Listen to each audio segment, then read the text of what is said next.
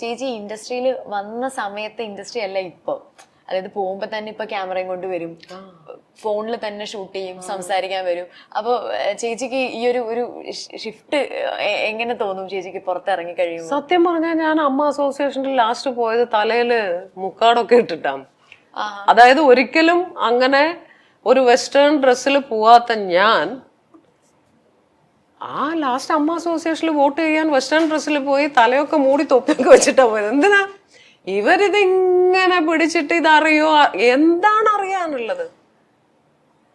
ഇന്ന് ഇവിടെയുള്ള പെൺകുട്ടികൾ ഉടുക്കുന്ന ഡ്രസ്സുകൾ കണ്ടാൽ തന്നെ അങ്ങനെയുള്ള കാലത്ത് പണ്ടെങ്ങാണ്ട് നമ്മൾ അഭിനയിച്ച സിനിമയിലുള്ള കുറെ ഭാഗങ്ങളൊക്കെ വെട്ടിയെടുത്തിട്ട് ഇവരിതല്ലേ എന്ന് പറയുമ്പോൾ അതിനെന്ത് അർത്ഥമുള്ളത്? നമ്മൾ അഭിനയിക്കുകയാണ്.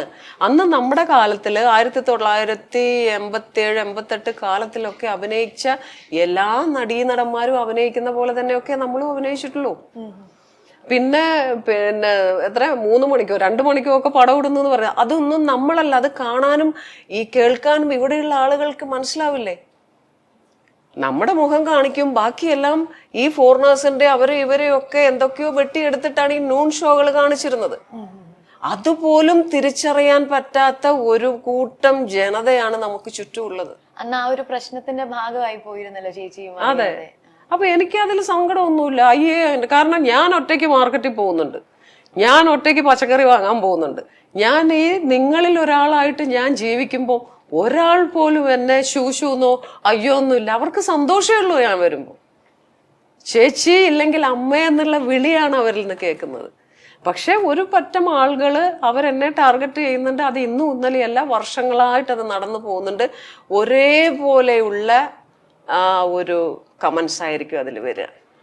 അത് ശ്രദ്ധിച്ചാൽ നിങ്ങൾക്ക് മനസ്സിലാവും. ഒരേ കമൻസ്, അതൊരു 10-50 പേര് ഒന്നിച്ചിരുന്നിടും.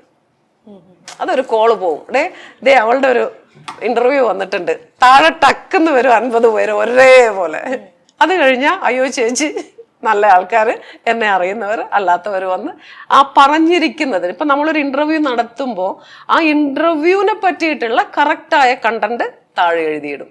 അവരെല്ലാം ശരിക്കും അത് കണ്ട് ഇതെന്താണെന്ന് മനസ്സിലാക്കി പറയുന്നവരാ. മറ്റതങ്ങനെയല്ല. ഒരാളെ മുഖം കാണുമ്പോഴത്തേക്കും അവിടെ ഒരു കമന്റ് ഇട്ടിട്ട് പോകും. വെറുതെ പോകുമ്പോൾ ഒന്ന് വലിച്ചെറിഞ്ഞിട്ടിട്ട് പോകാം എന്നുള്ളൊരു ആറ്റിറ്റ്യൂഡാണ്. ചേച്ചി ഇപ്പൊ ഈ പറഞ്ഞ ഇൻസിഡന്റ് വർഷങ്ങൾക്ക് മുമ്പ് നടന്ന ഒരു വിവാദമായിരുന്നല്ലോ. ചേച്ചി ആ സമയത്ത് എങ്ങനെയാ അത്? നമ്മള് പുറത്തിറങ്ങണം, ആൾക്കാരെ ഫേസ് ചെയ്യണം, ജീവിക്കണം, ഒറ്റയ്ക്കാണ്. അപ്പൊ എങ്ങനെയാ ചേച്ചി അതിനെ ഓവർകം ചെയ്യുന്നത്? എനിക്ക് യാതൊരു ഇതുമില്ല, ഭയം എന്ന വികാരമേ ഇല്ല. ഒരു അടക്കമരം, അടക്ക എന്ന് പറഞ്ഞ പാക്കുണ്ടല്ലോ, ആ പാക്ക് കൃഷി ചെയ്യുന്ന ഒരു കൃഷി സ്ഥലത്തെ കൂടെ നമ്മൾ പോകുമ്പോൾ ഒരു പാക്കെടുത്ത് ചുരുട്ടി നമ്മളെ മടിയിൽ വെച്ചാൽ നമ്മൾ അപ്പപ്പ തപ്പി നോക്കും, ആരെങ്കിലും കാണുന്നുണ്ടോ? ഒരു ഭയം ഉണ്ടാവും. കാരണം ഞാനത് എടുത്തു. ആ ഒരു എടുക്കാതെ അതിൻ്റെ ഉള്ളിലേക്കൂടെ നടന്നു പോകുന്ന എനിക്ക് ഭയമില്ല. കാരണം ഞാൻ ഒന്നും എടുത്തില്ല. അങ്ങനെയുള്ള എൻ്റെ അടുത്ത് അയ്യോ ഇവരെന്ത് പറയാൻ, എനിക്ക് ഭയമേ ഇല്ല. എന്തോ പറഞ്ഞോട്ടെ, അതവർ, ഇത് ഞാൻ. മനസ്സിലായോ? ഒരു 10 കുടത്തിന്റെ വായ മൂടിക്കെട്ടാം, 1000 കുടത്തിന്റെ വായ മൂടിക്കെട്ടാം. 10 മനുഷ്യരെ പോയിട്ട് ഒരാളെ വാ മൂടിക്കെട്ടാൻ നമുക്ക് പറ്റൂ? പറ്റത്തില്ല. അത്രേ ഉള്ളൂ. എത്രയോ പേര് ആത്മഹത്യ ചെയ്തിട്ടുണ്ടെന്നറിയോ? എനിക്കറിയാം. ഇവരിങ്ങനെ കടന്നാക്രമിക്കുമ്പോൾ അത് ഉൾക്കൊള്ളാൻ പറ്റാതെ എത്രയോ മനുഷ്യർ ആത്മഹത്യ ചെയ്തിട്ടുണ്ട്. പക്ഷെ അവർക്കതൊരു നിസ്സാരമാണ്. അവരെറിഞ്ഞ വെറും ഒരു കല്ല് പോയി പതിച്ചത് ചിലപ്പോൾ ആ ഹൃദയത്തിലായിരിക്കും. അത് താങ്ങാൻ പറ്റാതെ, സ്വന്തം സഹോദരങ്ങളെ ഫേസ് ചെയ്യാൻ പറ്റാതെ, സ്വന്തം അച്ഛനമ്മമാരെ ഫേസ് ചെയ്യാൻ പറ്റാതെ എത്രയോ മക്കളുകൾ ഇവിടെ ആത്മഹത്യ ചെയ്തു പോയി.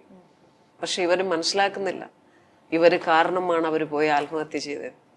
ഇതിനൊക്കെ ഒരു തിരിച്ചടിയാണ് മുജ്ജന്മ പാവം, മുജ്ജന്മ കർമ്മം. നമ്മൾ പറയില്ലേ, നമ്മൾ ഈ ജന്മത്തൊന്നും ചെയ്തില്ലല്ലോ, പിന്നെ എന്തുകൊണ്ടാണ് നമുക്ക് ദുരിതങ്ങൾ? നിങ്ങൾ ഒരു നിസ്സഹായനെ, അവന് പ്രതികരിക്കാൻ പോലും പറ്റാത്തൊരു നിസ്സഹായ അവസ്ഥയിലിരിക്കുന്ന ജീവനുകളെ നിങ്ങൾ കടന്നാക്രമിച്ചിട്ടുണ്ടോ? 7 തലമുറ ആ പാപം നിങ്ങൾക്ക് വന്നു ചേരുമെന്നാണ്. അതാണ് ഈ കർമ്മ എന്ന് പറയുന്നത്. ചേച്ചി ആദ്യമായിട്ട് ക്യാമറയുടെ മുമ്പിൽ വന്ന ഒരു ഓർമ്മ എന്ന് പറയുമ്പോൾ അത് നമുക്ക് ഭയങ്കര മോസ്റ്റ് ഫേവറേറ്റ് ആയിരിക്കത്തില്ലേ? അതൊന്ന് ഷെയർ ചെയ്യാമോ? അയ്യോ, അങ്ങനെ ചോദിച്ചാൽ എൻ്റെ പൊന്നുമോളെ, അഭിനയിക്കാൻ ഒട്ടും അറിയാത്ത, അതായത് ഞാൻ നാടകം ഒന്ന് ചെയ്തിട്ടുണ്ട് എൻ്റെ ഒരു 12 വയസ്സിൽ. ഡാൻസ് പഠിക്കാൻ ആഗ്രഹമുണ്ട്, പക്ഷെ തിരുവാതിര കളിച്ചിട്ട് ഫസ്റ്റ് പ്രൈസ് വാങ്ങിച്ചിട്ടുണ്ട്. അതൊക്കെ എൻ്റെ 13 വയസ്സിനുള്ളിലാണ്, അതിലപ്പുറം ഒന്നുമില്ല. പെട്ടെന്നൊരു കല്യാണമായിരുന്നു, അതിനുശേഷം 2 മക്കൾ. അദ്ദേഹം ആക്സിഡന്റിൽ മരിക്കുന്നു. അപ്പോഴും പറയാൻ പറ്റാത്തത്ര ചെറിയ പ്രായം, 18 വയസ്സ് പോലും തികഞ്ഞിട്ടില്ല. പിന്നെ ജീവിതം, പോരാട്ടം. അതിൽ ഞാൻ ചെന്നൈയിൽ ഒരു സ്ഥലത്ത് ജോലി ചെയ്യുമ്പോൾ, ബ്യൂട്ടി പാർലറിൽ നിന്ന് തന്നെ പറയാം, അവിടെ വന്ന് എന്നെ ഒരു ഡയറക്ടർ വേറൊരു കുട്ടിയെ കൊണ്ട് വന്നതാണ് അതിനെ ഒന്ന് റെഡിയാക്കി എടുക്കാൻ. അപ്പം നമ്മളെ മെലിഞ്ഞു കൊലുന്നല ഇരിക്കുന്ന എന്നെ കണ്ടപ്പോൾ ക്ഷണിക്കുന്നു. അങ്ങനെ അതായത് നമുക്ക് ക്യാമറ കണ്ടാൽ ഞാൻ വിറക്കും. എനിക്കറിയില്ല, ഞാൻ കൈയെടുത്ത് പറയണം എനിക്കറിയില്ല. പക്ഷെ അവർ പറയുന്നു ആരും അറിഞ്ഞിട്ടല്ല ഇവിടെ വന്നത്. മാക്സിമം അന്ന് എന്ന് പറഞ്ഞാൽ മത്സരമില്ല. ആ കാലത്താണ് ഞാൻ വരുന്നത്. 87, 88 എന്നൊക്കെ പറയുമ്പോൾ നമുക്ക് മത്സരമില്ല. രൂപഭംഗിയുള്ള, കുറച്ച് പൊക്കമുള്ള, കണ്ണോ മൂക്കോ ഒക്കെ കുറച്ച് നന്നായിട്ട് വിടർന്നിരുന്നാൽ പിന്നെ നമുക്ക് പറഞ്ഞ് പഠിപ്പിച്ചു തരും. ഇന്നത്തെ പോലെ നമ്മള് ഒരിതിൽ അത് പിന്നെ ഇതിൽ നെഗറ്റീവില് എടുക്കുന്നതെന്ന് ഓർക്കണം. ഇതൊന്ന് ഓടിക്കഴിഞ്ഞാൽ അത് വേസ്റ്റാണ്. എന്നിട്ട് പോലും ക്ഷമയോടെ പല ആർട്ടിസ്റ്റുകളെയും ഇന്നത്തെ സൂപ്പർ സ്റ്റാറുകളാക്കാൻ അന്ന് അത്രയ്ക്ക് നല്ല സംവിധായകരും പ്രൊഡ്യൂസർമാരും ഉണ്ടായിരുന്നു. ഇന്ന് അങ്ങനെയല്ല. ഇന്നൊരു പ്രൊഡ്യൂസർ വരുവാണെങ്കിലും ഡയറക്ടർ വരുവാണെങ്കിലും ഒരു നടനോ നടിയോ വന്നാൽ ആദ്യം അവരുടെ ഡിമാൻഡ് എത്ര ലക്ഷം തരുമെന്നാണ്. ആ പടങ്ങളൊന്നും എവിടെ എത്തിയിട്ടില്ല. യഥാർത്ഥമായിട്ടുള്ള ഒരു കലയുമായിട്ട് അങ്ങേ അറ്റം എഴഞ്ഞു പോയിരിക്കുന്ന ഒരു ഡയറക്ടർക്ക് മാത്രമേ, ഇല്ലെങ്കിൽ ഒരു പ്രൊഡ്യൂസറിന് മാത്രമേ ഒരു കലാകാരനെ, ഒരു സൂപ്പർ സ്റ്റാറിനെ വാർത്തെടുക്കാൻ പറ്റുള്ളൂ. അതൊന്നും ഇവർക്കറിയില്ല. വെള്ളി വെളിച്ചത്തിൽ വരണം എന്നുള്ള മോഹത്തിൽ ലക്ഷങ്ങൾ പോയവർ, ആത്മഹത്യ ചെയ്തവർ, എൻ്റെ കൂടെ ഒരു സിനിമയിൽ അഭിനയിച്ചിട്ട് പൈസ കൊടുത്ത് അഭിനയിച്ച്, ഞാൻ അടുത്ത കാലത്ത് അതിൻ്റെ ഡയറക്ടറെ ഞാൻ കണ്ടു. ഞാൻ ചോദിച്ചു, ആ മോൻ എവിടെ? ആത്മഹത്യ ചെയ്തു എന്ന് പറഞ്ഞു. അതെനിക്കൊരു വലിയ ഷോക്കായിരുന്നു. അവന് ഭാര്യയുണ്ട്, ഒരു കൈക്കുഞ്ഞുണ്ടെന്ന് ഓർക്കണം. സിനിമയ്ക്ക് വേണ്ടി എത്രയോ ലക്ഷങ്ങൾ കൊടുത്തിട്ടും ഒരു ഫ്രെയിമിൽ നിന്ന് അടുത്ത ഫ്രെയിമിലോട്ട് ആ ചിത്രം മാറിയിട്ടില്ല. അവിടെയാണ് അവന് നിരാശനായി പോയി ആത്മഹത്യ ചെയ്തത്. അപ്പം നമ്മുടെ ജീവിതത്തിൽ പലതും കണ്ടും കേട്ടും അറിഞ്ഞും അനുഭവിച്ചും നമുക്ക് തന്നെ ഒരു മരവിപ്പാണ്. ഞാൻ എന്നെ അടുത്തറിയുന്ന എൻ്റെ എല്ലാ സുഹൃത്തുക്കളോടും അവരുടെ മക്കളോടും എൻ്റെ മക്കളോടും പറയുന്ന ഒരു കാര്യമുണ്ട്, ആത്മഹത്യ ഒന്നിനും ഒരു പരിഹാരമല്ല. നിങ്ങൾ ആത്മഹത്യ ചെയ്യുമ്പോൾ നിങ്ങൾക്കൊരു മക്കൾ ഉണ്ടെങ്കിൽ ആ മക്കൾ പിന്നീട് അറിയപ്പെടുക തൂങ്ങിച്ചത്തവൻ്റെ മകൾ, തൂങ്ങിച്ചത്ത അല്ലെങ്കിൽ മരിച്ചവൻ്റെ മകൻ. അങ്ങനെ ഒരു അഡ്രസ്സിലോട്ട് ആ മക്കളെ ഒരിക്കലും മാറ്റരുത്. എത്ര കഷ്ടപ്പെട്ടും എത്ര തരണം ചെയ്തും, കാരണം ഈ സമയവും കടന്നു പോകും. നമ്മൾ ആ ഒരു പ്രത്യേക സമയത്ത് നിൽക്കുമ്പോൾ ചിലപ്പം ലോകം മുഴുവനും നമ്മളെ കടിച്ച് കീറാൻ വളരെയധികം ചിത്രവധം ചെയ്യാൻ നിൽക്കുവാണെങ്കിലും ഭഗവാനോട് പറയേണ്ടത്, ഭഗവാനെ ഈ സമയം നീ എനിക്ക് കടന്നു പോകാൻ എനിക്ക് എൻ്റെ മനസ്സിനെ ഒന്ന് ബലപ്പെടുത്തി തന്നാൽ മതി.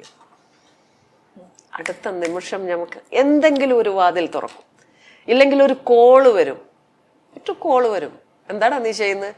അത് ഞാൻ പറയാൻ പറ്റുമോ? ഞാൻ തൂങ്ങാൻ നിൽക്കുകയാണ്, നീ ഒന്ന് പുറത്തു വന്നേ, ഒരു കാര്യം നിന്നോട് പറയാനുണ്ട്. അവിടെ അവൻ്റെ ജീവിതം തന്നെ മാറുകയാണ്. ചിലപ്പോൾ അവനൊരു നല്ല കാര്യം പറയാനായിരിക്കും വന്നിട്ടുണ്ട്.